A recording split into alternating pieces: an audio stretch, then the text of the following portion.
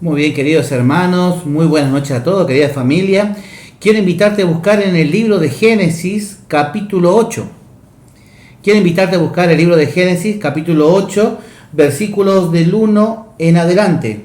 Vamos a leer un poquito antes, tal vez, capítulo 6. Vamos a comenzar con el capítulo 6.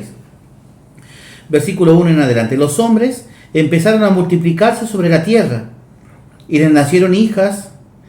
Y al ver los hijos de Dios que las hijas de los hombres eran hermosas, tomaron esposas, las cuales les agradaron. Y le dijo el Señor: mi espíritu no contenderá con el hombre para siempre, porque ciertamente él es carne. Así sus días serán 120 años. En el capítulo 7, versículo 12, dice así, versículo 11. En el año 600 de la vida de Noé, el 17 del segundo mes, en ese día fueron rotas todas las fuentes del gran abismo, y fueron abiertas las puertas del cielo, y llovió sobre la tierra 40 días y 40 noches. Ese mismo día entraron en el arca Noé y sus hijos, Sem, Can y Jafet, la esposa de Noé y los 3 esposas de sus hijos, ellos y todos los animales silvestres según su especie, todo animal doméstico según su especie, todo reptil según su especie, y toda ave según su especie. Y vinieron a Noé en el arca de 2 en 2 de todos los seres vivientes.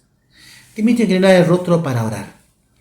Querido Padre Celestial, gracias porque tú nos ayudas a recordar, Señor, la historia de la humanidad.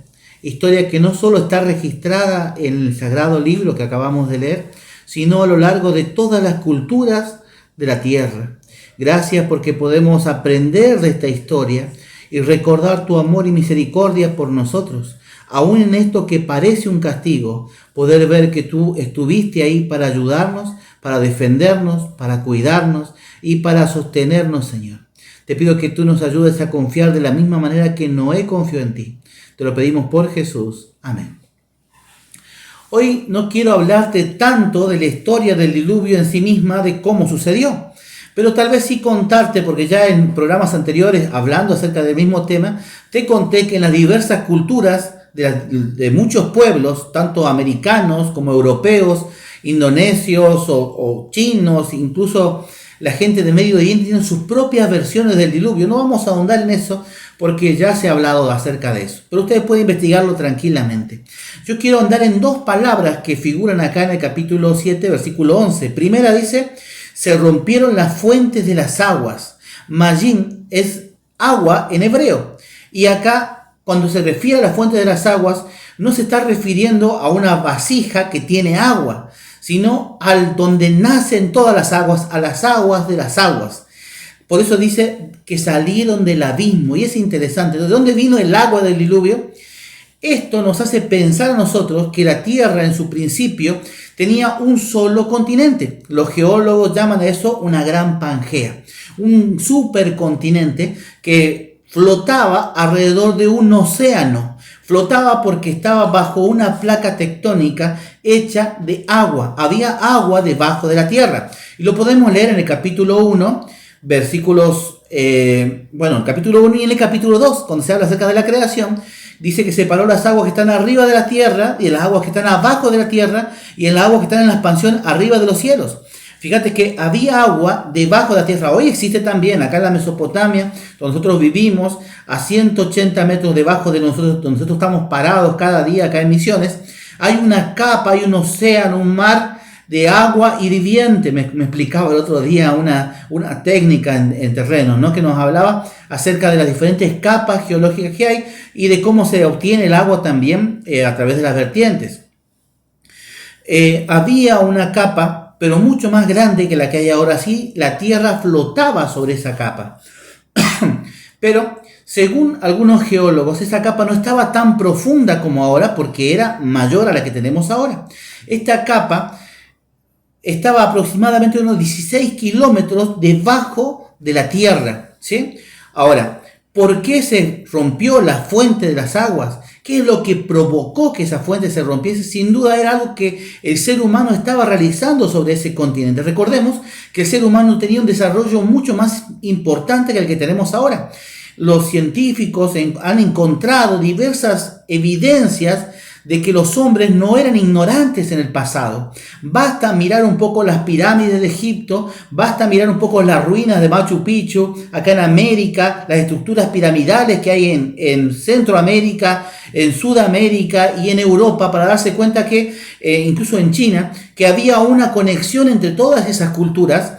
Las diferentes culturas dan evidencia de eso al tener también sus propios registros de ese mismo diluvio. Entonces, si era todo un solo continente y había una sola cultura antes, ¿cómo era esa cultura? De tal forma que podían levantar obeliscos de más de 500 toneladas que hoy no podríamos levantar. Ellos las levantaban y es más, hasta el día de hoy, todavía algunos de ellos siguen en pie. ¿Cómo lograban hacer eso? ¿Con sogas? ¿Qué soga aguanta eso? ¿Cuánta gente necesitamos para mover una sola de las piedras de la pirámide? ¿Cómo era el mundo antes que el ser humano fuese destruido por Dios? Dice la Biblia que la maldad había subido al corazón del hombre y todo se había degenerado por causa de eso. Se producía más cosas de las que nosotros podemos producir hoy. ¿Usted sabía que en Irán se encontró una vasija que tenía una estructura metálica dentro de cobre y diferentes aleaciones, que tenía todavía carga eléctrica? Qué interesante, ¿no? ¿Qué hacía la gente de Medio Oriente con una pila, ¿sí?, que tiene carga eléctrica después de 2000 años de que fue construida? Y usted compra una batería hoy y si su auto no funciona bien, en una semana se queda sin batería. ¿Cómo hicieron ellos para poder crear esa tecnología que hoy no tenemos? Entonces, si tal cosa existió y el mundo fue destruido, sin duda no fue por causa de Dios. Pero Dios previno ese desastre que iba a suceder. Según algunos geólogos y diversas teorías con respecto a esto, esa capa de tierra de 16 kilómetros estaba excediendo en su peso a la estructura que estaba sosteniéndola. Entonces el agua que estaba debajo de esa capa de tierra, ese supercontinente, empezó a ejercer gran presión por causa del peso que se estaba haciendo sobre ella misma. Y esto provocó que ella empezase a buscar una grieta para salir por la gran presión que tenía. Esa grieta tomó diversos rumbos. Por eso, si usted agarra el mapa mundi y corta el mapa, usted puede unirlo como si fuera un rompecabezas. Empezó a encontrar diversos rumbos hasta lograr salir expulsada por la presión, llevando a una explosión de más de 1000 megatones, millón de veces, lo que la bomba atómica pudo hacer, llevando el agua hasta más alto que la atmósfera primaria, hasta una parte donde se congelara. Por eso se explica por qué encontramos mamut congelados, aún con pasto sobre su boca, o sea, pasto que no era de zona de invierno, estaba congelada en su boca, como que eso fue algo repentino. Vino un frío repentino sobre la tierra y se congelaron pastando, comiendo, teniendo todavía alimento verde en su estómago. Eso explicaría también el por qué la separación de los continentes a tal gran velocidad. Usted ya se dio cuenta que la cordillera que es provocada acá en América del Sur coincide con la cordillera del abismo que hay en el Océano Atlántico. ¿Por qué? Porque esta capa al separarse chocó con la siguiente y en una parte se arrugó hacia arriba y en la otra parte se arrugó hacia abajo, formando una gran cordillera y formando grandes fosas submarinas en la misma placa. Eso explicaría por qué se separaron los continentes y encontramos palabras, por ejemplo, de idiomas americanos que tienen su correspondencia en palabras de idiomas semíticos. Por eso podemos encontrar escritura cuneiforme parecida a la que se encuentra en Sumeria. Encontramos también en el lago Titicaca, acá en la frontera entre Bolivia y Perú. ¿Cómo es posible que haya habido conexiones entre estas culturas? Sin duda, este diluvio universal fue parte de esa separación rápida del mundo antiguo. Ahora, cierta vez había llevado a una familia a acompañarnos a la iglesia y la maestra de niños habló acerca del diluvio universal y mostró imágenes de niños, de personas ahogándose, gritando, pidiendo auxilio para poder salvarse en el arca. Y se asustaron tanto los chicos que a la noche lloraban porque no querían ser ahogados igual que esas personas.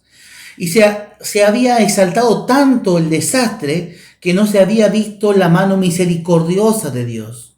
¿Fue la mano misericordiosa de Dios la que protegió a Noé o no? Sin duda de que sí. Dios trató de salvar a todos los posibles, por eso hizo hacer un arca tan grande.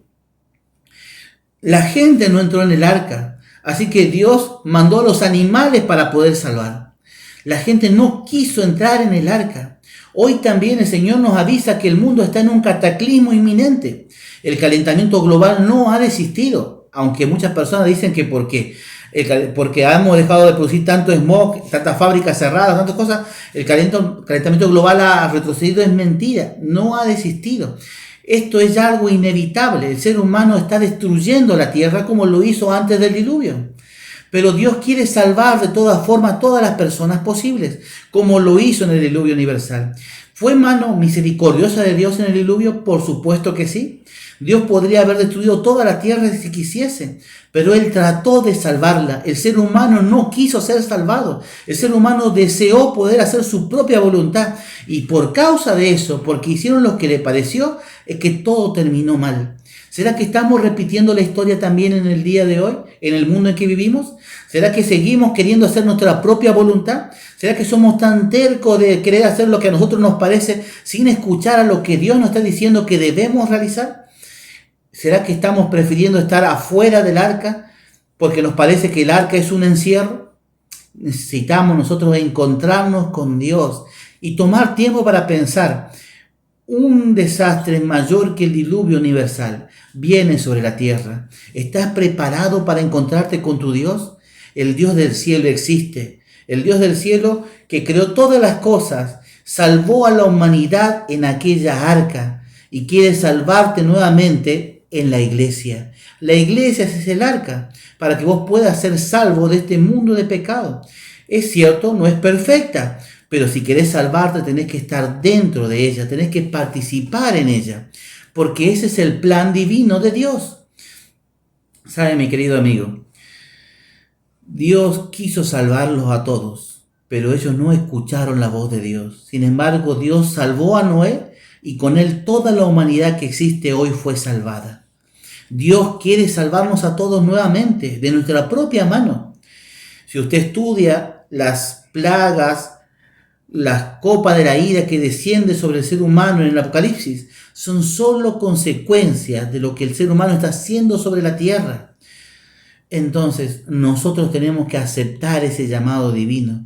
Dios te está llamando, Dios me está llamando para que en este tiempo que estamos viviendo se abran nuestros ojos y nos demos cuenta que estamos pronto al encuentro con nuestro Señor. ¿Te gustaría que le pidamos eso a Dios? Que le pidamos al Señor que nos ayude a prepararnos para ese encuentro. Me acompaña a orar. Querido Señor, gracias porque sé que no somos merecedores de tu amor.